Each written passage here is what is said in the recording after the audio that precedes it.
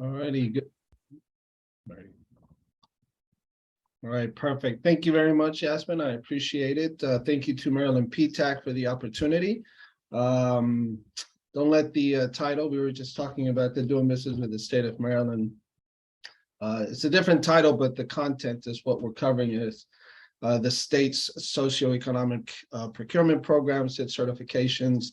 And I'm going to delve into other aspects of that for you guys today, including hopefully how to mine the public data so that once you've addressed certifications, you know a little more about the programs, how can you identify opportunities moving forward? So I'll go through all of that today for you guys. Real quick, a little bit about our office, Governor's Office of Small, Minority, and Women Business Affairs. We provide oversight, monitoring, and compliance for those 3 socioeconomic procurement programs for the state. And these programs are span across 70 state agencies and departments. Again, I'll cover these a little more in detail here in a little bit. We conduct statewide outreach and training. So we have 3 particular offerings, technical training classroom webinars. That's 2 of these every month. And then Ready, Set, Grow Procurement Connections workshops and webinars. This year's been a hybrid. That one's we're doing 4 times this year, so quarterly. And for that one, what we're doing there is I'm bringing state agencies so that they can connect directly with you guys as vendors surrounding procurement opportunities, actual contracts that are out there. The next one is in person. It is September 21st at Horseshoe Casino. Entry begins at 9:30 a.m. The program starts at 10. I have 11 state agencies that'll be joining us, and they're going to be talking about, well, we'll do an overview of what they're bringing, but the big part of this is that you'll be able to, you have enough time to network and then meet these procurement officers surrounding their opportunities. And then we do a small biz resource connections. That's more of an informational webinar. And then we try to sort of highlight resource partners, give them an opportunity to talk about what they offer. And then we curate various online resources for you guys to tap into for small business growth and development. And when you get this, these links will be live, so you can go to the website and look at these things further. All right, today I'm going to go through understanding your market, knowing where to start, learning the program, certification, process, and procedures of procurement. I know it's a lot, but it's sort of a combination. Everything sort of works together, so it's important to know all of these aspects. And then at the end, I'll get into the state contracting pipeline resources and how to mine that public data. All right, so let's start with understanding your market. So in this space, right, starting with just a very basic private sector, public sector, what's the difference between these two? Because this is where primarily everything happens in this particular space, right? So the private sector, of course, private enterprise organizations, small businesses, this is where the business to the consumer type of business occurs, or business to business occurs in that space. About 80% of your success is going to come from the private sector, whereas the public sector is all government, local, state, federal government. That's the business to government, B2G space. About 20% of your success can come from that space. It's important that you understand and see if you can participate in both. Not everybody is made to do business with the government. Yes, governments buy and they purchase a lot of things, but it doesn't mean that every business is specifically geared towards those things. That's just something that you're going to learn doing research and looking into both of these sectors. Right, so understanding and participating in both could be vital to your success. All right, so a couple of things about understanding the marketplace, and these are just some statistics to kind of get you to understand where are you as far as the state of Maryland, right? So under the Hogan administration, the focus for us has always been Maryland is open for business. And that focus has taken us to make sure that we're growing that private sector, creating new jobs, improving the statewide economy. So here are some statistics related to that. Maryland, our economy was the 9th least hit by the pandemic. Again, so we're in the top 10 in the country of economies that actually got through the pandemic the best, right? And that's because we had a strong economy when that happened. And so we've been able to survive it better than others. We're ranked 4th in innovation. We ranked 3rd among states that have the fastest growing private sector. So what that means is that we have a space or a marketplace in the state of Maryland that makes it a lot easier for firms to go ahead and get started and get their business going. Right, so that's sort of what that's highlighting. We were ranked 2nd in what we call socioeconomic diversity category. So to put this in perspective, there's upwards of 600,000 businesses in the state of Maryland. That represents about 99% of all business in the state, or 99% of that number are small businesses. 60% of that number are minority and women-owned businesses, right? So that's why we rank very high where it comes to diversity. We have a very diverse marketplace here in the state of Maryland. A couple of other things you should, we are in a very strategic location. As a result of that, it allows us to be ranked 1st among states in federal and research and development obligations. We have over 60 federal agencies here in this area, over about 74 federal laboratories. We're considered the heart of the Eastern Seaboard because of our Maryland, the Port Authority, right? We're considered a prime commercial corridor in this space. About 1/3 of the US population is an overnight drive from this area. Again, we have the nation's leading roll-on and roll-off port. We have immediate access to all points, north, south, and west, even east, because of the highway system here. You can reach about, 3 to 4 different airports within a particular drive, an hour's drive, more or less. And so as a result of all of these, the Baltimore-Washington area is considered the 4th largest market in the US, right? So understanding that all of these positives exist is important for you as a business, which includes doing business with the state, federal, and local government. So just know that you're in a good spot. All right, so where do we start? Not knowing where everybody is today as far as their business is concerned. If you're at the start of the process, you go to businessexpress.maryland.gov. That's where you have to go to register your business, state what type of business it is, such as an LLC, whether it's a corporation, whether it's sole proprietorship, whatever. This is where you're going to get your federal tax ID information, things about tax and insurance, licensing, and permits. You'll learn about this at the beginning. When you want to start figuring out a little more about doing business with the state of Maryland and its programs, you can do that at procurement.maryland.gov. You'll start learning your basics there. They have some tools and training resources you can look into. It starts to introduce you to eMaryland Marketplace Advantage. This is our e-procurement system, or EMA. This is where all the activity is occurring. So you have to be a part of EMA, you have to be registered there. And then that's where all of the transactions are occurring. And that's a system where we're taking everything from anything in paper to an automated system. All of that is happening through EMA. And then they have some other reference guides, vendor videos that you can look at to kind of learn a little more about what does that entail. Now, when you want to fine tune things a little more, that's where you come to us, right? You go to the governor's office of small minority and women business affairs, because we oversee some of these socioeconomic programs, the ones that we have, right? We get into the meat of things. We start to address a lot of the issues that come with the small business community, the minority business community, the programs, how do they work? How do you sign up, the certifications that go along with it, and everything else in between, okay? So then you do that, you come to us, we help you sort of fine tune how to build that relationship to now get involved with the state of Maryland.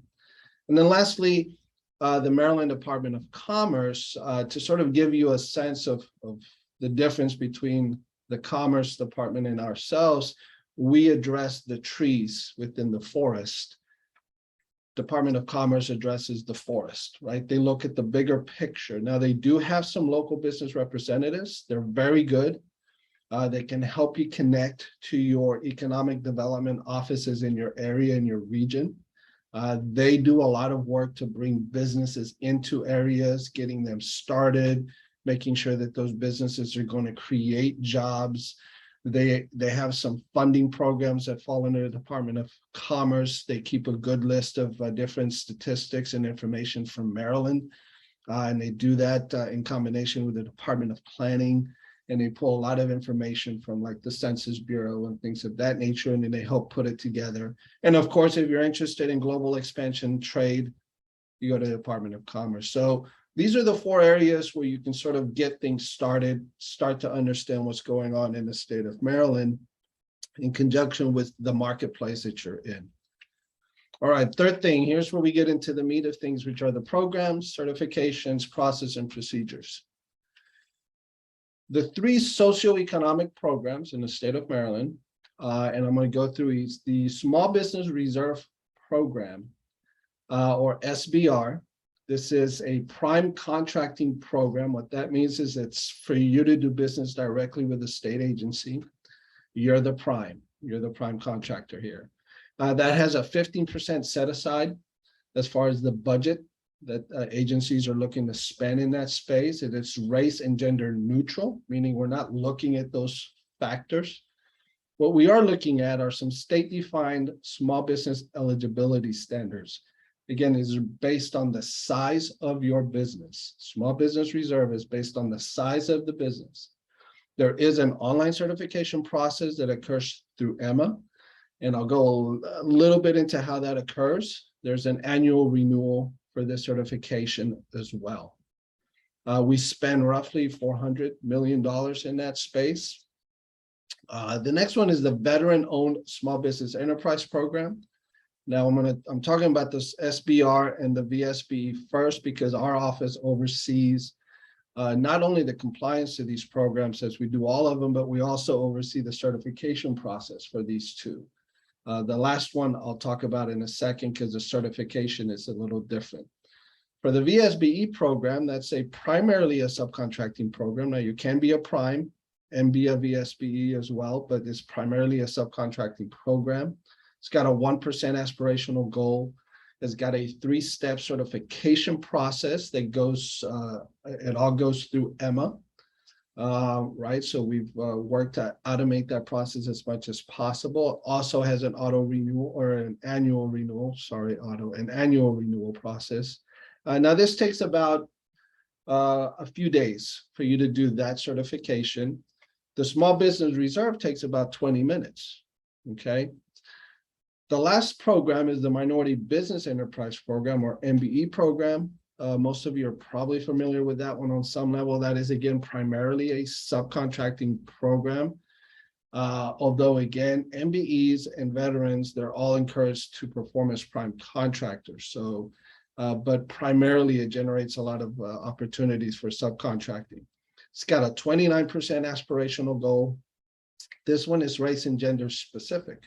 So there are some predetermined groups based on disparity studies that are done every 5 years that sort of tells us what those groups are, okay? Such as women, African-American, Latinos, Asian, etc. Okay? This one's an application-based certification process. What does that mean? The Maryland Department of Transportation oversees the certification process, and they have an Office of Minority Business Enterprise that oversees that whole thing. Right, and so what they do here is that you submit the application, you can get assistance from the Office of MBE.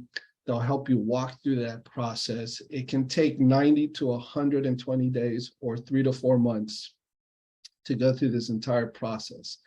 It is very lengthy, but it's worthwhile at the end of the day if you're able to leverage what an MBE certification is meant to do for you. All right. Also has an annual renewal that you have to go through. All right, so those are the three programs. I'm going to get into each one a little more here. Let's start with SBR. Some of the things you need to keep in mind as far as requirements, as again, it's a race and gender neutral program. It is for-profit businesses other than a broker. The business has to be independently owned and operated. The business cannot be a subsidiary of another business. Okay, again, independently owned and operated. This is an important bit. The business cannot be dominant in its field of operation at the national level. So let me explain that real quick. Places like McDonald's, Verizon, right, Xfinity, Amazon, right, FedEx, those are businesses dominant in their field of operation, right? Small businesses are not usually the dominant in their field of operation. So when that question comes up and you're filling out the certification application for the SBR, remember that you are most likely you're not dominant in your field of operation. This has nothing to do with the quality of work you offer, how good you are at what you do. But typically speaking, to be dominant, that means you have to be the big player. You're the one, right? So that has more to do with that, less to do with your actual effectiveness or how good you are at what you do. And then there are some employee gross sales criteria you have to meet, which I'll go over now. This is that gross sales and employee thresholds that you have to meet. So as an example, and it goes by industry. So just as an example, let's say retail. Okay, if you're in retail, you cannot have more than 25 employees or more than 3 million in gross sales. So what happens if you have 26 employees, but you fall under the 3 million, you qualify, right? If you go over on both sides, then you probably don't qualify, right? So you have to be under one or the other. Now, if you go too far beyond on one of the other, then another process will probably be done in that case to determine whether or not you're eligible. So just keep that in mind. But normally speaking, you cannot go above both. If you go a little bit above one or the other, then you're usually okay. All right. Again, this will be shared with you, so you guys will have this moving forward as a point of reference. All right, second one, the VSBE, the Veteran Small Business Enterprise. We look at ownership. So you have to be, the company has to be 51% owned and controlled by one or more individuals who are veterans, okay? There are size standards here, and we're looking at those based on the US Small Business Administration and the standards that they put out there. So again, ownership, 51% must be veterans, and then the size of the company. And then here's the rest of the things that you got to keep in mind. So this three-step process, you register as a vendor in EMA is just a general thing you have to do. Once you're there, it's going to ask you to indicate your interest in the VSBE program, okay? So when you do that, then it's going to take you to step 2, where then you have to verify your veteran status. That's the other big requirement for the VSBE, of course. There's 2 different ways that you can do that. Some people have already gone through a verification process at the federal level through the US Department of Veteran Affairs called VetBiz. If you've done that, you can use that particular number that is given to you. You can use that as the veteran verification. If you have not done that, the process allows you to go through the Maryland Department of Veteran Affairs, and you submit a DD-214. Then the Maryland side will look at this, they'll verify your status, then they'll provide you with the number. And then once that's done, that verification piece is done, then you have to complete the VSBE application, which is again a few questions. And once you complete that vendor application through EMA and it's added to your profile, then you get the VSBE certification. Okay, so the 3 steps are registration, verification, application. Okay, so just another way of saying that Again, get your EMA registration has to be done. Through that, you do your verification and then the application, and that all equals to the certification in the VSBE program. Again, takes a few days for this one to occur. The one for SBR, 20 minutes. The one that takes the longest is your MBE. So a couple of things that I'm going to list here, and you can go to these. They have application assistance webinars the beginning of every month. I believe it's the first Tuesday of every month. These are all webinars at this point. Used to be in person. But what you'll get there is that you get someone from that space, the Office of Minority Business Enterprise, and they're going to walk you through what the application process looks like, what it entails, what is required, and they'll even talk to you if you need assistance, how to get assistance to fill out the application. So they'll go through all of this for you at this certification application webinar, right? So you want to do that, and that link will be listed there in live for you to look at what those classes are. Now they have a new online certification management system. So it's just a different website, and they're sort of trying to put all things together here. You can go there and you can sort of take a look at what that is, but you know, there you can kind of take a look at your online applications, certifications, annual reviews, the directory, et cetera, et cetera. Okay. All right, so again, the Office of Minority Business Enterprise, the eligibility is determined by your minority status, ownership, similar to the VSBE, 51% or more of those who are the owners and those who control the business have to be fall under one of those minority groups that have been already determined, right? Which is women, Asian American, African American, Latino, and there's a few others there. They look at control. Control has a lot to do with what do you know, what's your expertise that you bring to the table regarding the product or services that you offer, the size of the business based on the SBA, the federal size standards, and then personal net worth of the minority owners that represent that 51% ownership, right? So they're looking at those things as part of the process. Type of certifications that you can get. Now, this is important. When you go to the website for them, they're going to highlight the uniform certification application. The reason why they put that out there is because you can fill out one application, but you can automatically get both MBE, which is for state-funded projects, state of Maryland only certification, plus you can get a DBE, which relates to federal Maryland Department of Transportation projects, okay? So you can get 2 certifications off the bat by filling out one application, and you get 2 certifications already, right? Now, a lot of federal funding comes through the Department of Transportation for some of their units.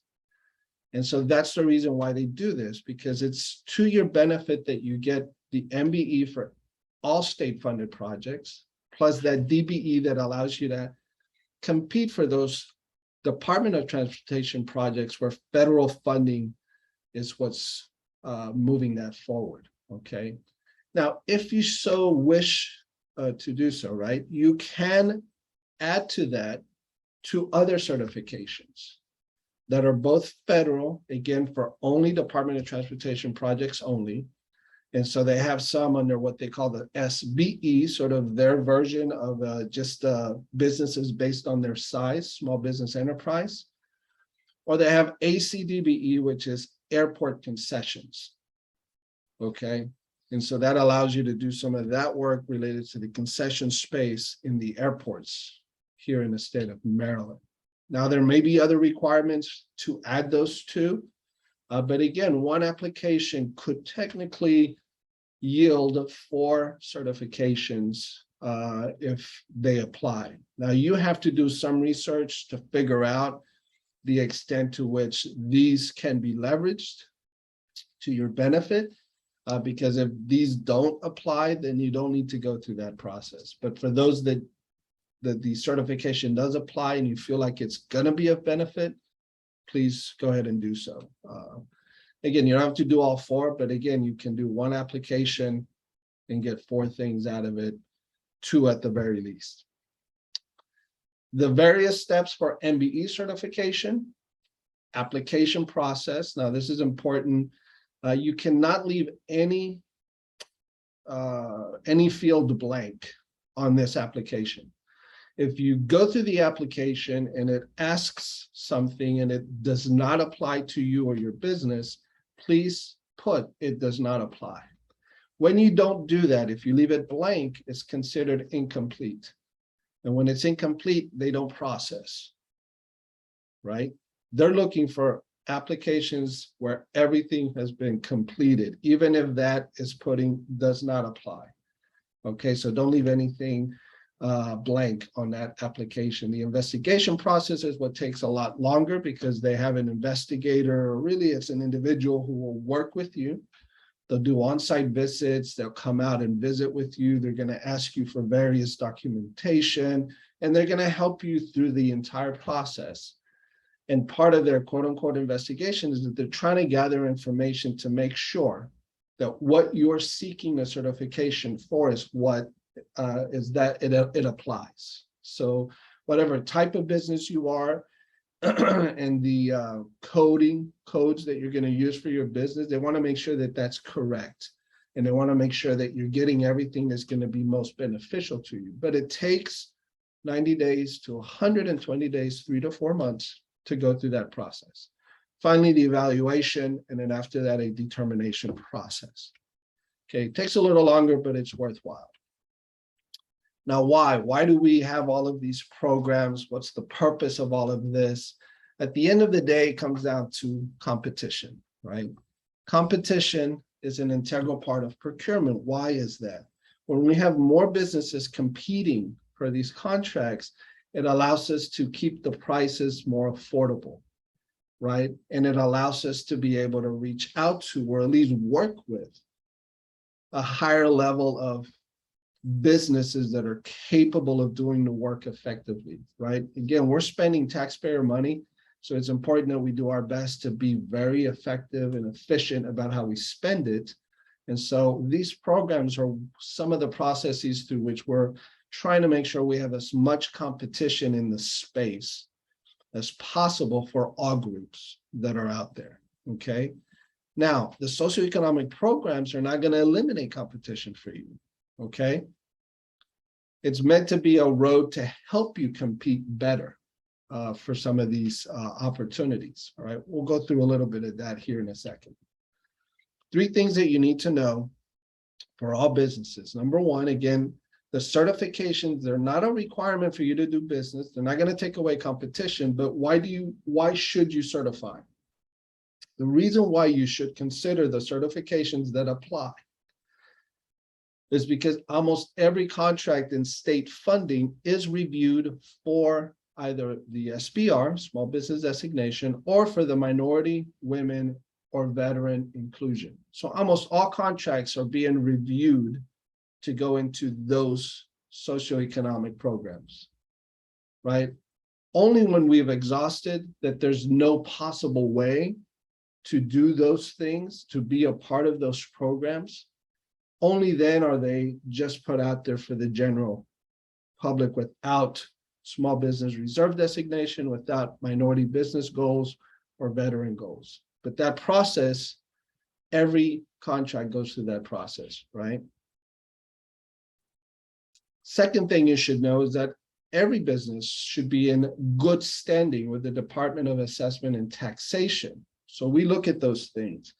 This is sort of the most basic demonstration, right? The fact that you're managing your business well, right? Is that you can keep yourself in good standing with the state of Maryland. That means you're paying whatever taxes you owe. That means you're paying the fees to be registered as a business. You're submitting the forms that you have to on a yearly basis. If you're doing that correctly, you're going to be in good standing. When you are not, that can sometimes signal to us, okay, you're not even doing that part. That raises the flag of risk, and we don't want risk, we want low risk. So be in good standing with the state of Maryland. And sometimes there are basic things that can be addressed if you're not in good standing. You just have to go connect to the Department of Assessment and Taxation and take care of it, okay? And we know that, so just work with us on that if for some reason you're not. The third thing you should know is that all state-funded contracts greater than $15,000 have to be published, this is according to law, on EMA, eMaryland Marketplace Advantage, all right? That's our e-procurement system. Again, I said it earlier, everything occurs in EMA. That's where everybody is meeting. That's the marketplace, okay? And I'll go over EMA here in a little bit. But just know that everything of 15,000 and above has to be placed in that particular space, right? So all these contracts are going to be there. All right, so let's get into EMA a little bit. First, important that you learn how to navigate the system. I'll go a little bit over that now. You got to maintain a good profile. You got to make sure that you have the right people that we can connect with.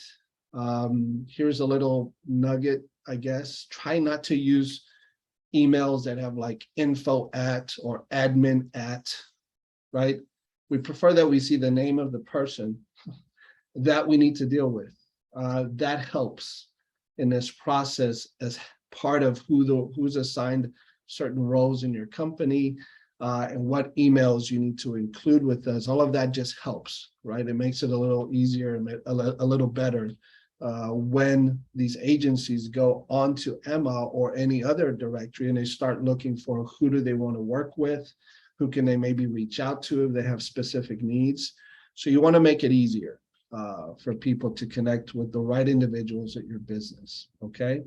If you ever need help with EMA, anything goes wrong, it's not happening, they have an email. It's called the EMA Help Desk. They're very responsive.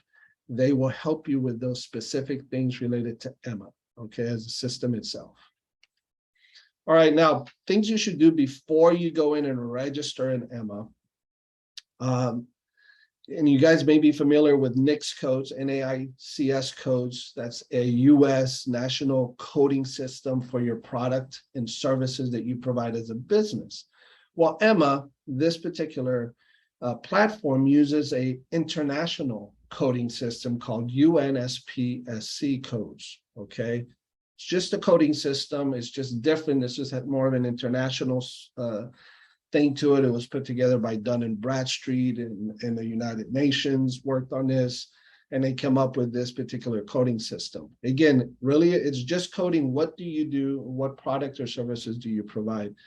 My suggestion to you is go directly to that where the coding system is and become familiar with what those codes and what the titles are. Because the EMA system, although yes, the codes, the numerical codes is part of it, it's very descriptive in EMA, and I'll show you in a little bit what I mean by that. So it's important that you go and make sure that you're looking at the codes and any subcodes that may be related to these specific areas before you register in EMA, because you're going to be asked to input this information.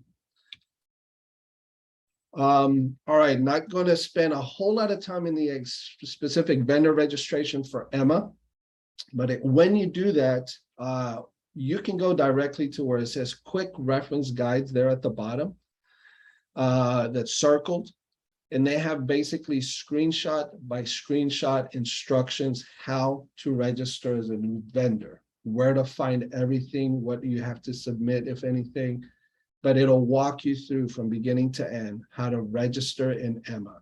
You have to do that. That's part of the process, okay? So just know that you can find that on quick reference guides to register in EMA. It also has how to search public solicitations, contracts, vendor search. I'll go into a little bit of those at the end, okay? Public solicitations to identify opportunities. I'll cover that at the end. All right, some basic terminology I'm not going to go through, but I'm going to include this. As you begin to understand how to do business with the state of Maryland, important to know that, yes, we sometimes speak in these codes. We don't say everything. We don't spell it out. So we'll say things like COMAR, which means Code of Maryland Regulations. Those are basically the compliance rules according to the law, right? That we have to follow as a state agency, right? There's things such as pre-proposal or pre-bid conference. You'll see some of that in EMA. RFP, request for proposals, IFB, invitation for bids. These are things that are common terminology you'll find in the space. I'm submitting this here so that when you get it, you know that there are certain things you got to keep an eye on, terms that you got to be familiar with, okay? These are just other basic terminology you want to keep in mind. And if you want to, you go to our website. On our resources page, we have a public purchasing fact sheet that sort of has a lot of this stuff that you can go through, and then you can kind of understand what these things are. So like that, once you start getting involved with doing business with the state of Maryland, and some of this will sort of spill over into both local government as well as federal government. Some of these terms, at least you'll have a better sense for what are people talking about, because they do speak sometimes in this kind of sort of short language, okay? All right, let's talk about two things. The two methods through which we put forward a contract. We do it through bids, invitation for a bid, or a request for a proposal. What is the difference, okay? For a bid, the best way I can explain the difference here is we understand the problem and we know the solution. We're looking or seeking a price. We want you to bid to provide us that solution, okay? But we know the problem and the solution. We're just looking for the best price, right? So if you're meeting the minimum qualifications we're looking for to make sure that what you're doing is good, we're going to look at that best price, right? Or the lowest price, right? That's a bid. We know the problem and solution. We're looking for the best price here, right? Or what we call the lowest price. For a proposal, we know the problem, but we don't know the solution. So we need you to propose that solution to us. Now, these tend to be your more complicated contracts. There's a multi-step process commonly used for these. A lot more goes into these. In this case, we're going to pay attention a lot to your technical competency and price together to come up with the best value. So it's very possible that the person with the most technical competency may be the one with the highest price. It may be the one with the lowest or the one in the middle. But technical competency and the price, the combination of those two things, are going to play a much larger role. Okay, again, a proposal, we know the problem, not the solution. A bid, we know both problem and solution. We're just seeking someone to give us the lowest price for the best quality of work there. Okay, the other one, the price may be the higher, lower, or the middle. Okay, now an important thing to note here real quick is that no late submissions are ever accepted. So if you're responding to a bid or a proposal and it tells you you need to submit everything by a certain time, make sure you submit it before that time, okay? Because if it's, so say submitted by August 24th, 5 p.m. and it's 5:01 p.m., sorry, Charlie, I can't help you there, right? We can't do anything about that anymore because it wasn't submitted according to the time frame. And there's sticklers about that. That does not change. So please, no submissions can ever be late. So it's better that you work on these things, submit them ahead of time if you can. All right, a couple of things. These are evaluative factors that are considered on all bids and proposals. How responsive are you and how responsible? Those two factors. Responsive is relating to what I just mentioned. Are you submitting the documents we're asking for by the designated date and time that we asked you to submit that stuff, right? So responsive, your level of responsiveness has to do with that. How are you responding to things according to what's being asked? Are you submitting the right documentation, the right forms, the right information, and are you doing it according to the time frame that we've asked? Responsible now gets into the issue of your technical capability to be able to deliver that product or service. So now it's reliability and integrity factors, right? Do you have the right financial capacity to handle this particular contract? Do you have the right workforce and expertise? What has your history been here, right? Who have you done this with in the past so that we can sort of look at that and see, well, how reliable are you? How well have you done the work? So again, responsible is about technical capability. responsiveness relates to how are you submitting the documents and are you doing it in the time in which we're asking, okay? All right, so a little bit about procurement. I'm only offering this because I mentioned COMAR. It's to your advantage that you go look up COMAR, Title 21, and I've got the sections here, and just read through it. Not the most exciting thing you're going to read in your life, which is there's a little coffee cup there to sort of keep yourself away.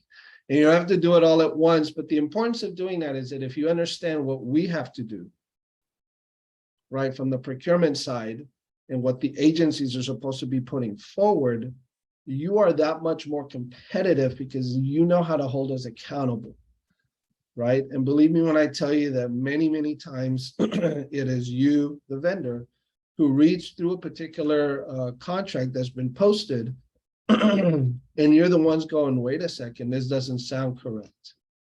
I thought you're supposed to do it this way. And when you highlight those things, yes, it forces that contract officer to then have to go back and change it, amend it, to make sure that it is correct, right? So sometimes you help to keep us on track because, look, it's human error, does occur and happen. But if you know the process as well as we know the process, then it makes it for a much better relationship, okay? This, I'm just including this so that you have some idea as to how the authority flows in the state as it relates to procurement. State legislators have the overall, they create the law. The Board of Public Works is made up of the governor, comptroller, and the treasurer. And they typically will oversee all things that are $200,000 and above. And so they have some level of authority and control there to determine what can and can't go through as a contract. And then we have control agencies. Department of the General Services, under them has the Office of State Procurement. And so they help, you know, some of these independent agencies and departments with their procurement. The Department of Transportation, they have their own transportation units that they have to oversee, and they get a lot of federal funding comes through that space. So they have their own authority over what goes on in that space. And then the university system, which deals with 11 campuses, and their procurement rules are different than the state of Maryland's procurement rules. So just keep that in mind, okay? I have this, there's just, I don't want to go too much into this, but I'm going to include this, a typical solicitation process. There's a planning phase. And what's highlighted here as you go through it for yourself is just some of the main things that we're having to address on this end, right? To make sure that everything goes according to plan, right? So in the planning phase is where we're going to determine things such as, you know, what socioeconomic programs are going to be established, okay? Then you've got the, I'm missing something here, I'm sorry. The procuring phase, right? Once things go through, other things are going on here, right? And again, I don't want to go too much through this one because it'll take too long for us to kind of get through that. And then there's a performance phase at the end, which now we're talking about how to monitor the contract once it's been approved, making sure the payments for the services are being accepted. This is where we'll address issues such as prime contractors, making sure they're paying their subcontractors. This is where if a sub is going, hey, listen, I haven't gotten paid, but I did this, right?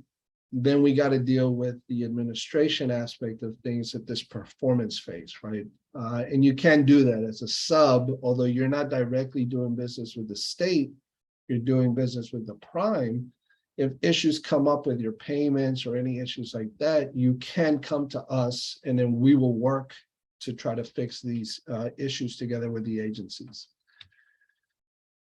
All right, so, and I don't know, Jasmine, if you want to do any questions at this moment, we can maybe address a few questions and then I'll go into the rest of this. Hi, thanks, Eduardo.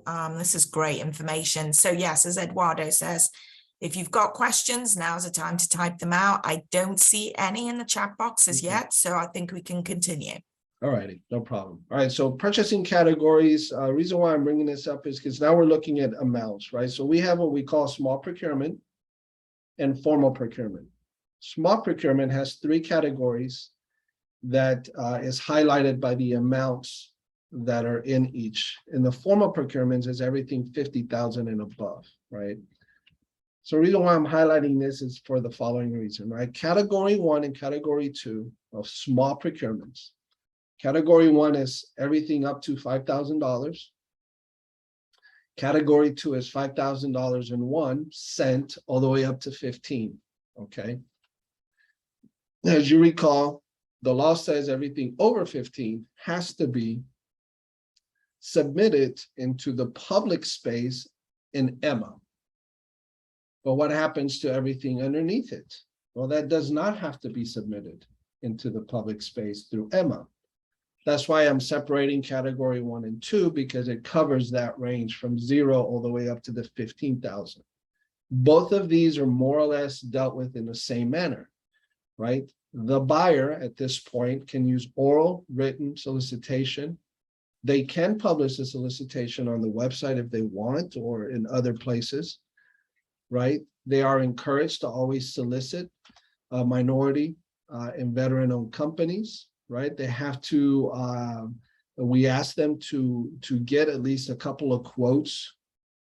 And this, again, no advertisement is required.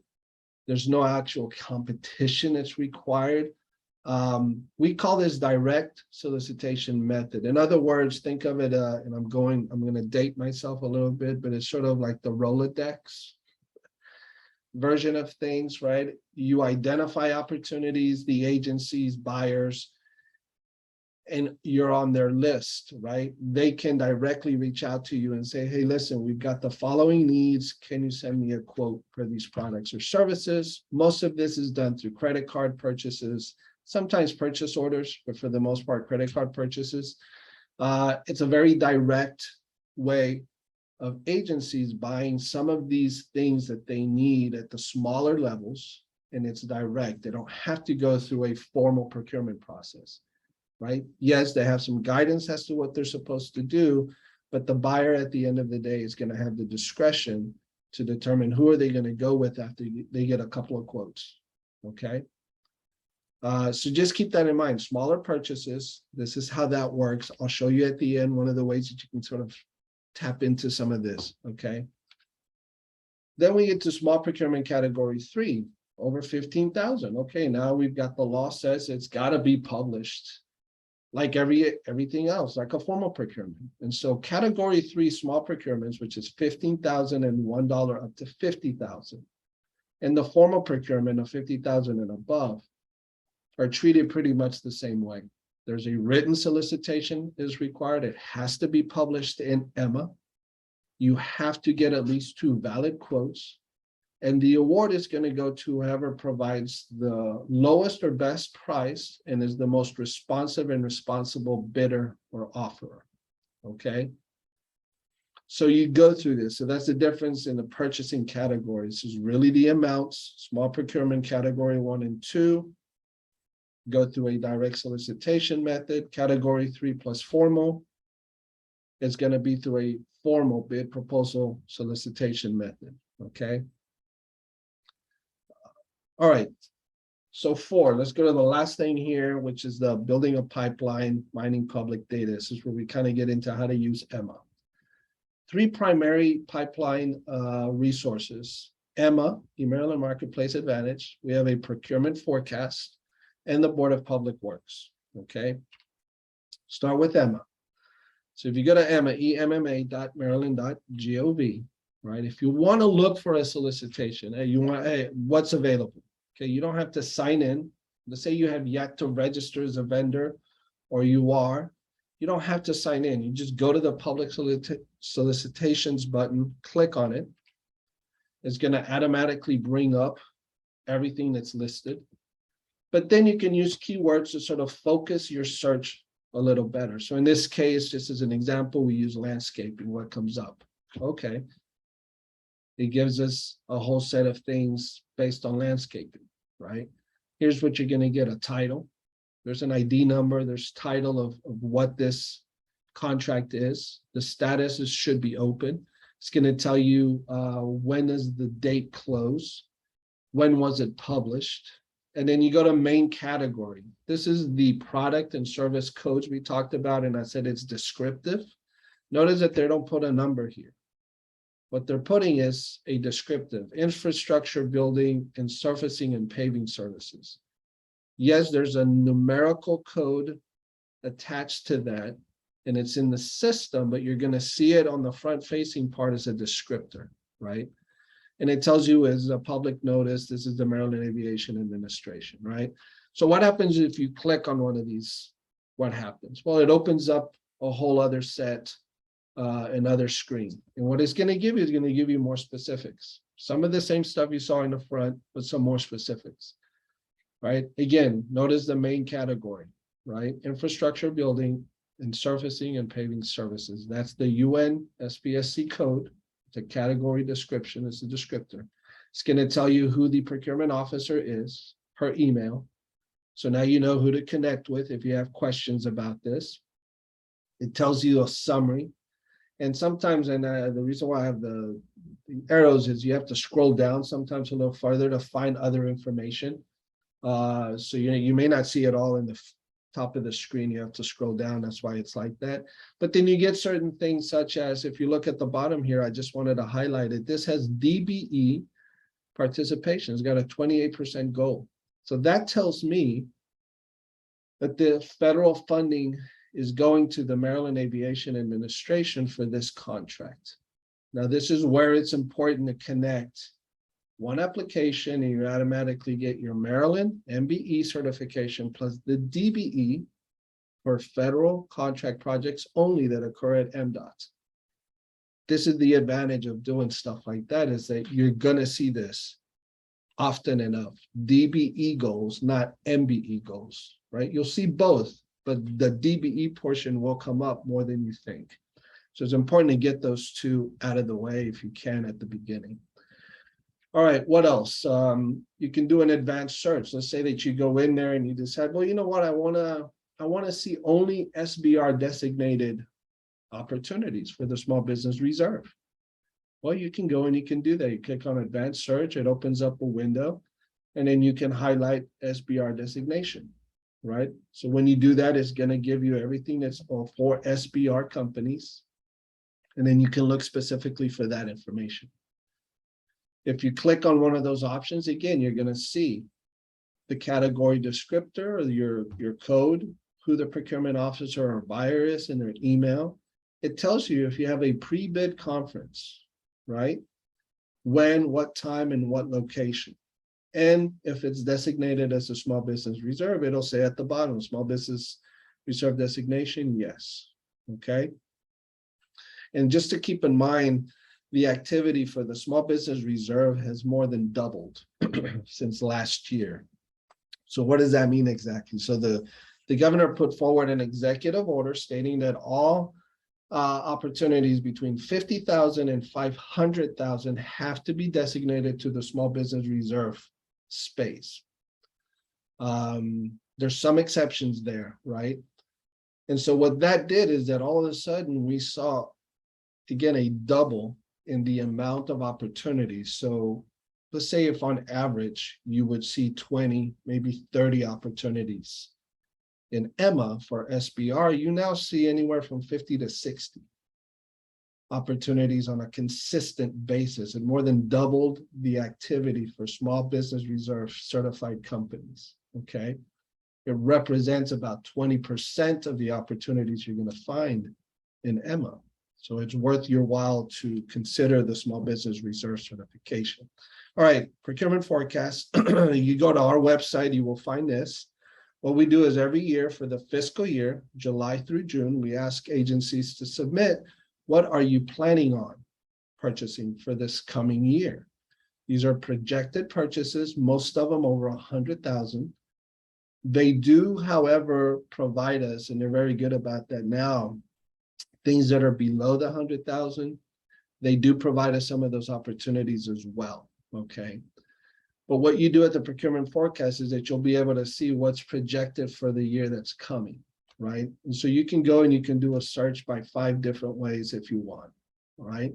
Or 6 different ways. You can either do a keyword description, you put what you need and hit search, or you can go by agency or a procurement category or a particular value. You can even look by the specific region or even the quarterly time frame, right? Quarter 1, quarter 2, 3, or 4. Okay. Now here's important. Once you do that and you do a search, you're going to get a screenshot. It's sort of a snapshot of what the opportunity is. But if you hit export to Excel, that's going to generate a form. Looks similar to this. This is collapsed because I had to just put some of the columns here together, but you get a more descriptive level of information, not just the agency that's providing something. It may tell you who the current incumbent is that has that particular contract that they're looking, right? They're going to look to renew later on in the year. It may tell you if there were MBE or DBE goals that were attached to that. A description, of course, of what you're doing, what the term of the contract is. So if it says 5 years or more, that means that, okay, you're at the end of the 5 years of a contract, let's say for budget and management, right? So it's coming due this year, right? And then it's going to tell you who you can connect with, right? The Office of State Procurement, like I said, they sort of help multiple agencies sometimes. So sometimes if you just see OSP, that means that you would have to connect with that office to kind of find out more about these opportunities. But in other cases, it's going to tell you who the person is, their phone number, and their email. So it's a good way to identify opportunities that are coming down the pipeline and that you can actually start to figure out who are they, what's going on here. You start to build that relationship with those buyers and procurement officers ahead of these things opening up, okay?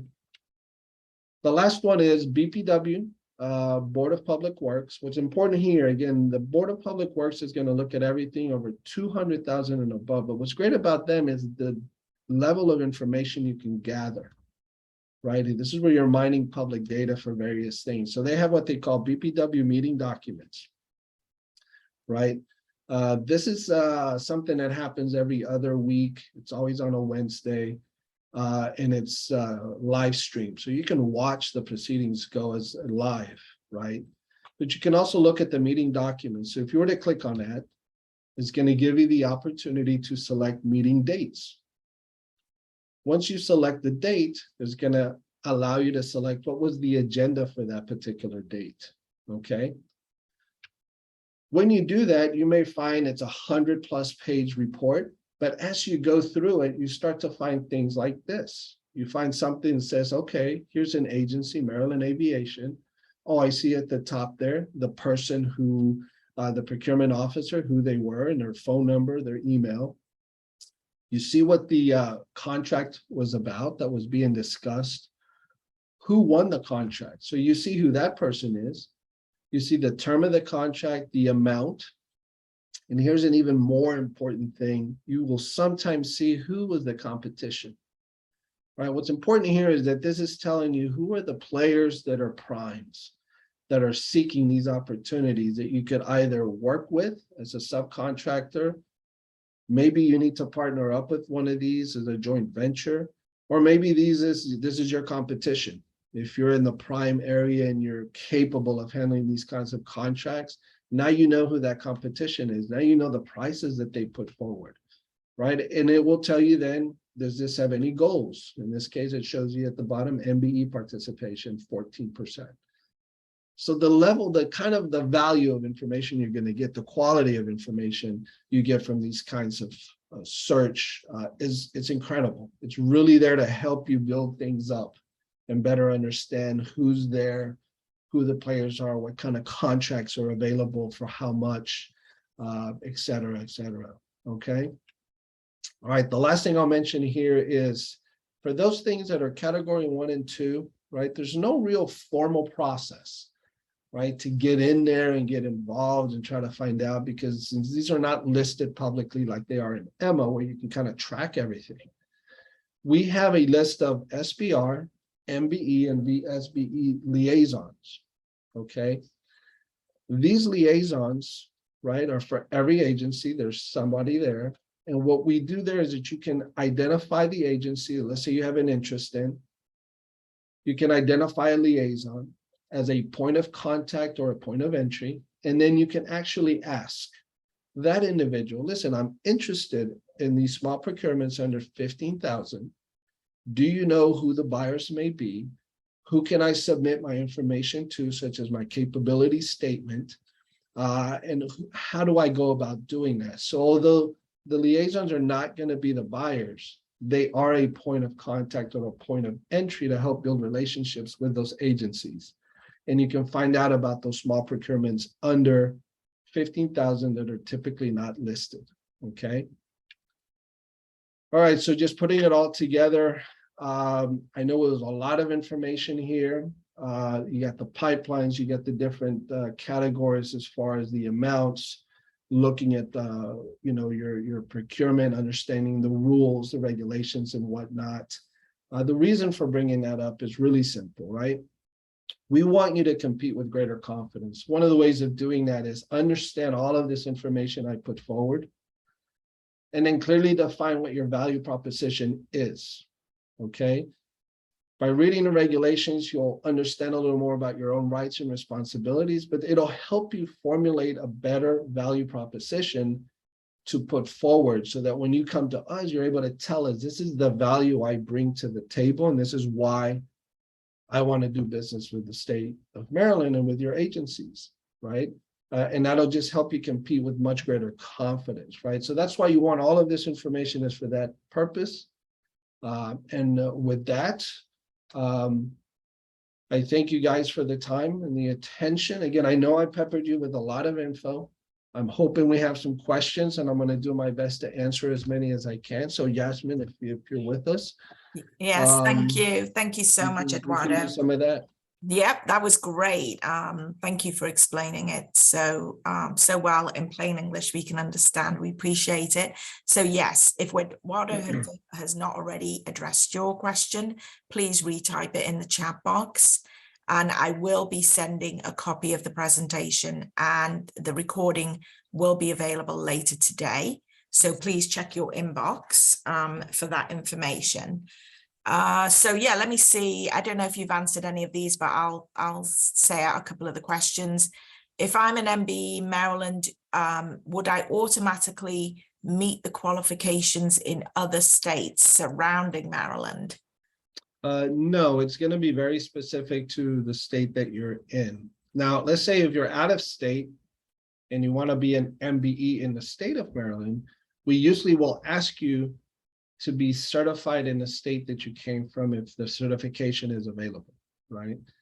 So we sometimes include that as part of a requirement. When you're out of state, you come here and you want to be an MBE because your home base is not in the state of Maryland. But the MBE for the state of Maryland is for the state of Maryland. Now, in saying that, this program has been around for 42 years. It is considered one of the gold standard as far as in the US. So other states typically come to us and they want to know, how do we do it, right? And so you're going to find differences in other states.